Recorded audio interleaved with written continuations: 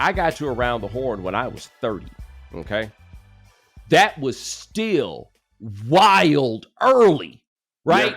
Like did the path I take, was it linear? No.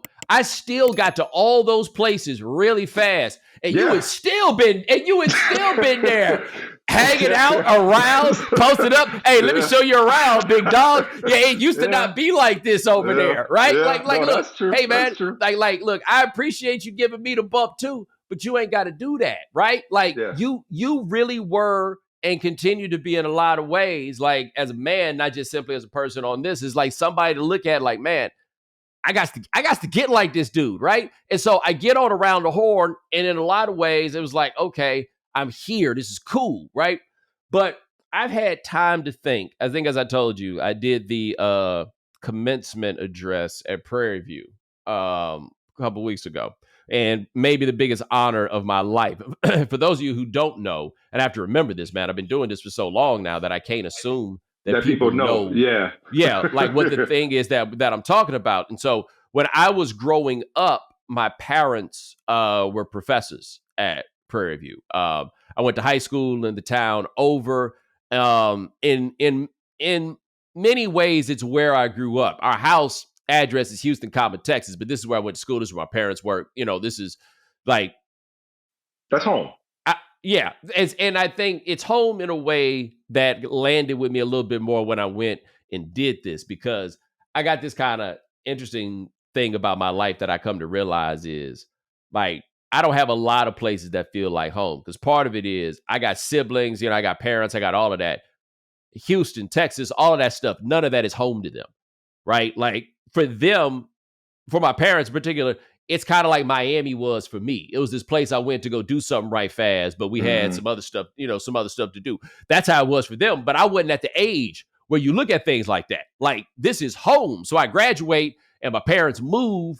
And so I don't make it back very much. And when you go back to Houston, I'm not out there so much or whatever. And so I was back there and I was like, nah, man, like, I'm riding around campus for the first time in, God knows how long. I'm seeing what's new. I'm seeing what's already been there. I'm running into like a woman who was my mother's secretary in 1987, right? I'm running into folks I went to high school with, teachers, all these things. And, former like professors who happen to still be there, who knew me when I was this big and all of that stuff. And I'm like, oh man, like I'm getting a home feeling that I don't get that many places, just because of the nature of what it was. And then, and people being like legitimately happy to see me that way, right? And welcoming you like it's home. And so I really did a lot of thinking, like, personally about, it's kind of about life and what that means, and like how that affects who I am and how that affects how I deal with people. And I don't think it really landed with me how few places that I really have that like feel like home. Like, I've been around you when you come back to New Orleans, right? I see how you move. I see how you are with the people. I don't have a city, like even Atlanta doesn't really feel like that to me anymore. Like, I don't have a place that feels like that. And then I realized I do have a place that feels like that. And that is the Horn. When I come back and do around the Horn, I find myself, like, Eric Ride Home sent me an email, or a text rather, and said something about how happy that staff was for me to be there, and how happy it was clearly that I was there. Yeah. You know what I mean? Yeah. And like, I don't think it really, really, really dawned on me till I did the last episode I did this week. Now you have become Mr. Fuck Your Dress Code, right? That is a mantra that you took up for life about 12 years ago. You got that big contract, and you was like, man, fuck collars. I don't know what none of that is. He ain't even wearing no polo shirt. Mike Smith pulling up in the club. TV, like if it requires me to dress, I can't go. I can't. Yeah, he out the game. He completely out the game. But I decided my last episode of Horn, I had me a suit. I ain't get one of the suits I got in Vietnam, but I put that suit on. I was looking like $1 million. I sat down in that chair, and I was just like, I did Horn for the first time 15 years ago. And I like look at the path that my career has taken, and it's been some ups and downs, right? Like me and you both, man. Yeah. We've been there, we've been not quite there. It Yeah. has not been a line. We've been way up. I don't think I wouldn't like way down is a tricky thing. I don't necessarily buy in that concept, but I appreciate that. It's been a lot. It's been moves or whatever. And I realized every time I go back to do the horn, even after the point where I realized it was like, yeah, I kind of need to move on from this place. Mm-hmm, but this is still the crib though. Like, it's kind of wild that a show that you don't do every day, right? That you might be doing with a bunch of different people, everything else. But no matter how it's gone or no matter what happened, this it really has a home feeling. Man, that's perfect. That's perfect. Because I did my FaceTime, and it didn't help that I was following Harry, who had everybody in shambles. But I mean, I cry for a lot of reasons nowadays. I mean, I cry, just about anything. But I struggled to keep it together, and it was that, and I was trying to figure out why I was so emotional about it, why I feel that connection that you're talking about. It's gratitude. And you're absolutely right, man. Like that show. So going to keeping with the home theme, that show is really where it all started for me. Like, I mean, I started out at the Boston Globe, which was, as good a sports page in the country. When I got there, and obviously had, a legacy that preceded me. So I got to the Boston Globe in 2001, and I started doing Around the Horn in 2003. I still have no idea why they would put a 24-year-old, 23, 24, whatever I was, on television next to the people I was on television with. They said deserves got nothing to do with it. I legitimately did not deserve to. I didn't have a national reputation. I hadn't been a columnist anywhere other than the Loyola Maroon in college. I didn't have a column at the Boston Globe. I was covering the Patriots, covering the NFL. So I shudder to think of some of the dumb shit I said in my 20s, because I think about the dumb shit I say in my 40s. Thankfully, I don't think that much of that is on YouTube. those takes, I think, have disappeared in the ether somewhere. But the doors that it opened for me, both in ESPN, to the doors to producers, the doors to executives, but the doors in the outside world. The shit that we got into, the parties that we got into from that show, the restaurants that seated us like we was in Goodfellas, okay? like just found a table, like step right in. You know what I mean?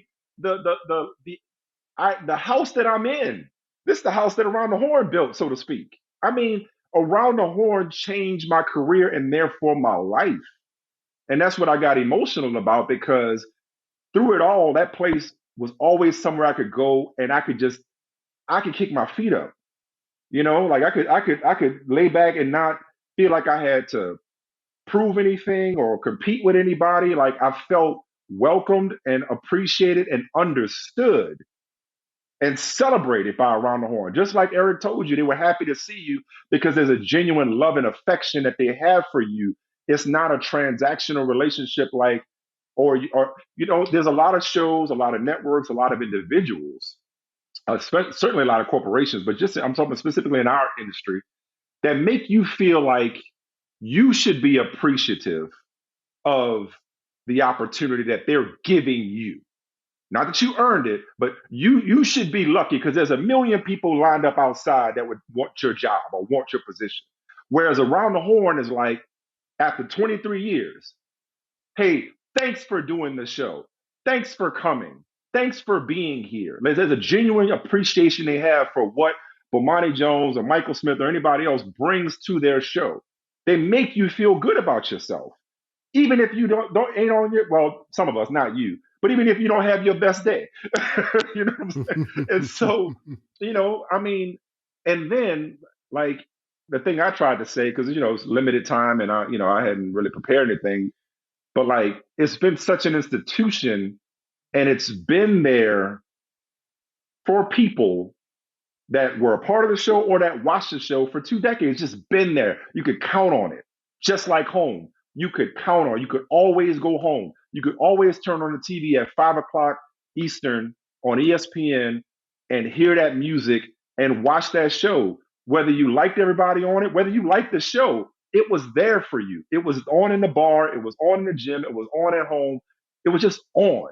And I'm glad you brought that up, and I'm glad you put it that way. That was brilliant and so spot on because you know both around the horn and you when I went through the most difficult portion of my career, and I was just, I mean, you can call it exile, whatever you want to call it. This would have been circa, 2018. It's just 2019. We was in Well, Vegas, that first Vegas I run. left it. Well, no, I left it. Yeah. No. I'm talking about TV. I left it Got 19. I'm saying like 18 when I was at ESPN you. getting paid but wasn't working.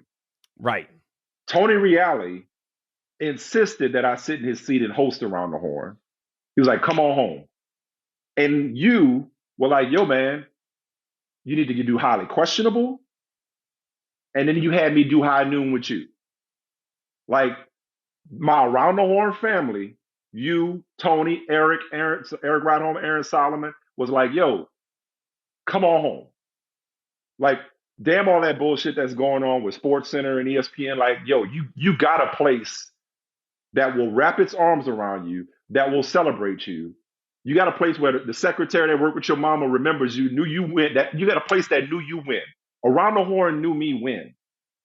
And that feeling that I had when I did that last show was just immense gratitude for what it's done for my career, what it's done for my family, what it's taught me. I learned how to do a lot of what I know about, or what I think I know about television, I learned from Around the Horn.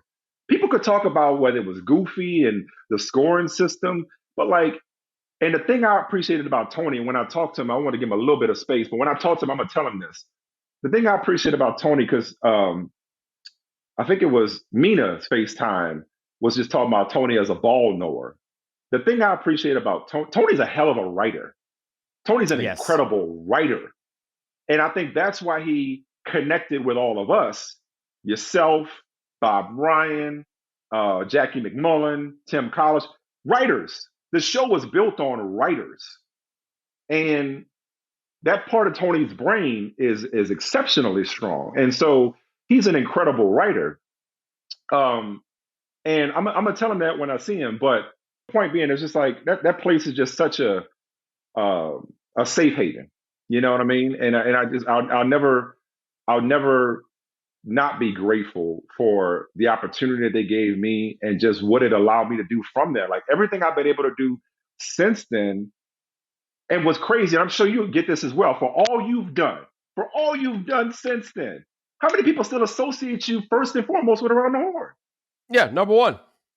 Crazy, right?